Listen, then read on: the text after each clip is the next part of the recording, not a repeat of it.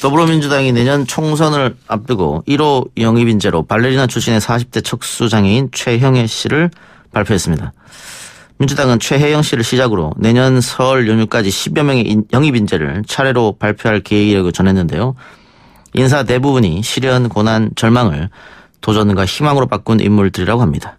문재인 대통령이 당대표 시절 인재 영입됐던 더벤져스의 멤버이자 오늘 1호 인재 영입 기자회견에서 사회를 본 양양자 전 더불어민주당 최고위원 연결해 이야기 나눠봅니다. 위원님 나와 계십니까? 네, 안녕하십니까? 예, 안녕하세요. 자, 민주당이 첫 영입 인재로 선발한 분은 최혜영 교수인데요. 오늘 위원님 직접 사회 보셨다면서요? 예, 직접 사회를 봤습니다. 예. 20대 영입 인재가 21대 인재를 만든다. 컨셉이었습니다. 아, 그런 컨셉이었습니까? 네. 예. 네. 근데 지금 최혜영 교수 아직 대중적으로는 좀 알려지지 않은 분이어서요. 좀 설명이 필요할 것 같습니다. 오늘 그 기자회견에서 이제 말씀하셨듯이 또 다 국민들께서 보셨을 거라고 생각을 합니다. 예. 발레리나를 꿈꾸던 여성이었어요. 예. 24세 불의의 교통사고로 꿈을 이룰 수 없게 됐죠. 예. 척수 장애라는 판정을 받았는데 그 장애를 극복하고 국내 최초로 또 재활 박사가 됐어요. 예. 정말 이제 실제로 보시면 초긍정이십니다. 긍정적이시고 에너지가 너무너무 넘치셔서 예. 사람을 굉장히 기분 좋게 하고 희망적이게 하는, 희망을 꿈꾸게 하는 사람이더라고요. 네. 예. 자, 보통 1호 인재 영입이라고 하면 대중적으로 좀 알려진 분들을 많이 영입하던데 지금 최 교수 같은 경우에는 대표적으로 우리나라에서 약자로 이제 인정되시는 분들이죠. 여성, 청년, 또 장애인. 이거 한꺼번에 갖고 계신 분이란 말이죠. 네. 이런 분을 1호 인재 영입으로 한 이유가 있을까요? 우리 이제 최혜영 교수님의 영입 그 자체가 우리 당이 이번 총선에서 장애인과 청년 그리고 여성에게 전하는 메시지라고 보시면 될 것 같습니다. 예. 서민과 사회적 약자와 함께하겠다는 의지 표명이기도 하고요. 예. 20대 때 저도 호남, 고졸, 여성 뭐 이렇게 세 가지의 그렇죠. 편견이었는데 예. 이번에도 이제 이번 총선은 그야말로 사회적 약자층과 함께하겠다는 우리 민주당에 정말 그 메시지를 드리는 거고. 최혜영 교수님 삶 그 자체가 삶이 희망 그 자체예요. 그리고 누구에게나 올 수 있는 그 절망적인 상황을 또 스스로 희망을 찾아 나섰고 그 난관을 좌절하지 않고 우뚝 일어섰는데 난관이 있었나 싶을 정도로 밝은 모습이었습니다. 예. 어려움도 있으셨겠지만 오늘 보면서 저도 또한 희망을 갖게 되는, 그리고 정말 보통 사람이라고 소개를 본인이 하셨는데 보잘것없고 보통 사람이라고 이야기를 하는데 정말 그런 보통 사람도 열심히 오늘을 살면 정당한 대가와 성공을 보장받을 수 있는 나라를 만들어야 된다라는 그런 메시지도 또 관통을 하고 있는 거.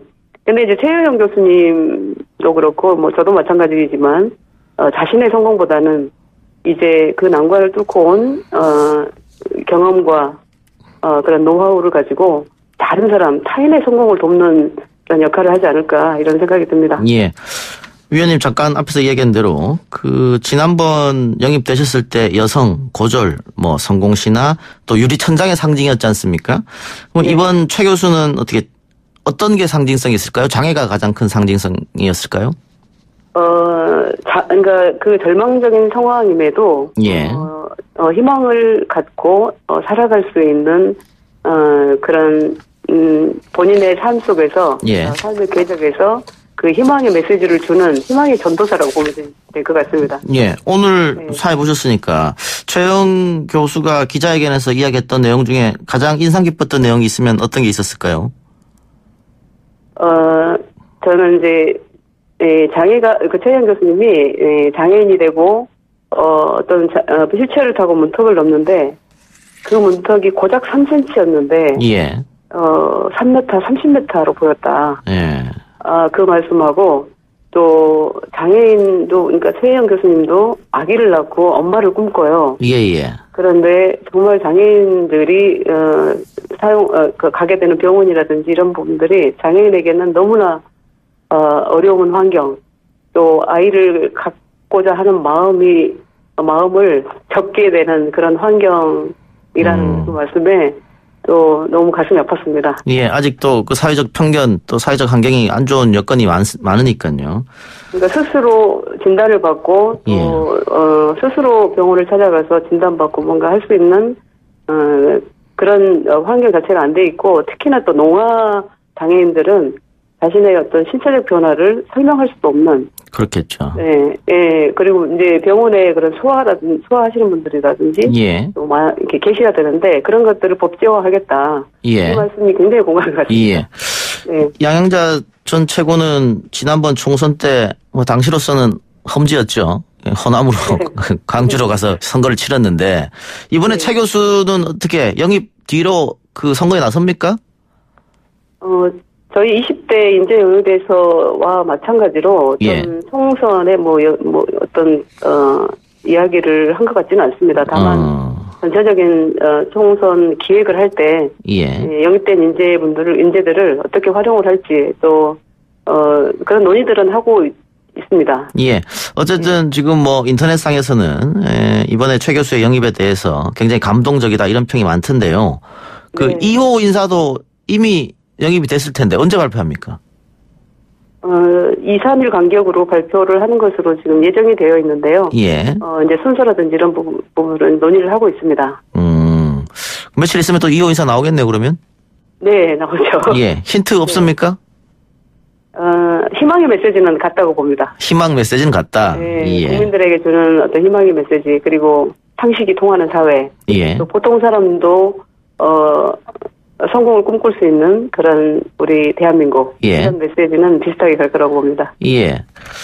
그 일각에서는 민주당 인재 유독 신라대 출신이 많다. 이번에 비례대표 승계받은 정은혜 의원도 신라대 출신이고 뭐 노건평 씨 막내딸이 신라대다 뭐 이런 얘기가 있던데 어떻게 생각하세요? 그 부분은 우연의 일치인 것 같은데요. 예. 네. 전혀 생각 못하고 계셨죠, 이 부분에 대해서? 네, 저는 그러고 보니 그렇네요. 알겠습니다. 예. 저도 우연의 일치인 것 같습니다. 예. 네. 자, 당에서 일본 경제 침략 대책 특위위원으로 활동하셨는데, 뭐, 그 당시에 저희와 인터뷰도 하셨고요. 얼마 전 한일 정상회담도 있었습니다. 다만, 우리 국민들이 바라는 성과는 아직 없는 것 같은데, 어떻게 조금 더 기다려야 됩니까? 이제 아시다시피 24일 날 오후 2시부터 이제 50분간 문재인 대통령과 아베 신조 일본 총리가 회담을 했죠. 예. 거기서 이제 잠시 불편한 일이 있어도 결코 멀어질 수 없는 사이다라고 말씀하셨는데요. 예. 그 말씀이 정말 맞고, 불편한 일이 있는 기간이지만, 또 이번 회담은 완전히 해소되지 않았다고 생각을 합니다. 예. 그리고, 반도체 소재 규제는 그 소재 규제 이전 상황으로 되돌려야 맞다라고 보고 있고요. 예. 아직 이제 일본과의 대화를 더 추진을 해야 되고, 이제 그 모순적인 부분, 패러독스라고 그러는데 과거사 문제도 해결해야 되고, 이 경제 문제도 해결해야 되는 이 두 가지의 어떤 모순적인 상황을 잘 해결해 나가야 된다고 생각을 합니다. 예. 다른 것도 하나 여쭤보겠습니다. 의원님 반도체 전문가이신데 우리 경제가 반도체에 집중되어 있는 건 사실이지 않습니까? 특히 수출 분야에 있어서.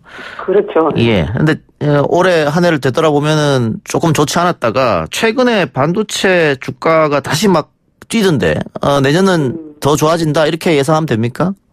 그럴 수밖에 없는 지금 이제 산업구조가 4차 산업혁명 시대로 가면 모든 뭐 자율주행 자동차라든지 AI, VR, AR 모든 산업이 반도체를 기반으로 할 수밖에 없어요. 특히나 지금까지 우리가 이제 28년 동안 메모리 반도체에서 1등을 하고 있는데 이제 그 새로운 신산업은 비메모리 반도체 영역이 지금의 속도보다 거의 정말 기하급수적으로 그 수요가 늘 거거든요.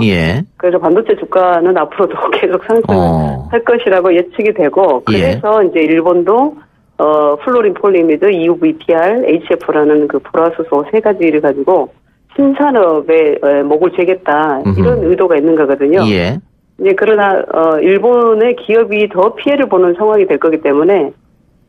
아마 함부로는 못할 것이고, 그래서 얼마 전에 EUVPR 같은 경우에, 포토레지스트 같은 경우에는 이제 수출 규제 일부를 완화하기도 했는데, 아마 눈치를 굉장히 많이 보고 있을 겁니다. 이번 정부도 그렇고, 예. 그리고 경산성 공직자들도 예. 우리 대한민국의 어떤 대응이라든지 또 치밀한 그 자료에 의거한 어떤 일본과의 어떤 논의라든지 이런 것들을 보면서 굉장히 놀랬다고 들었습니다. 예. 예. 방금 말씀하신 것처럼 어쨌든 우리가 메모리 분야에서는 선두인데 후발주자들의 위협은 없겠습니까, 내년에?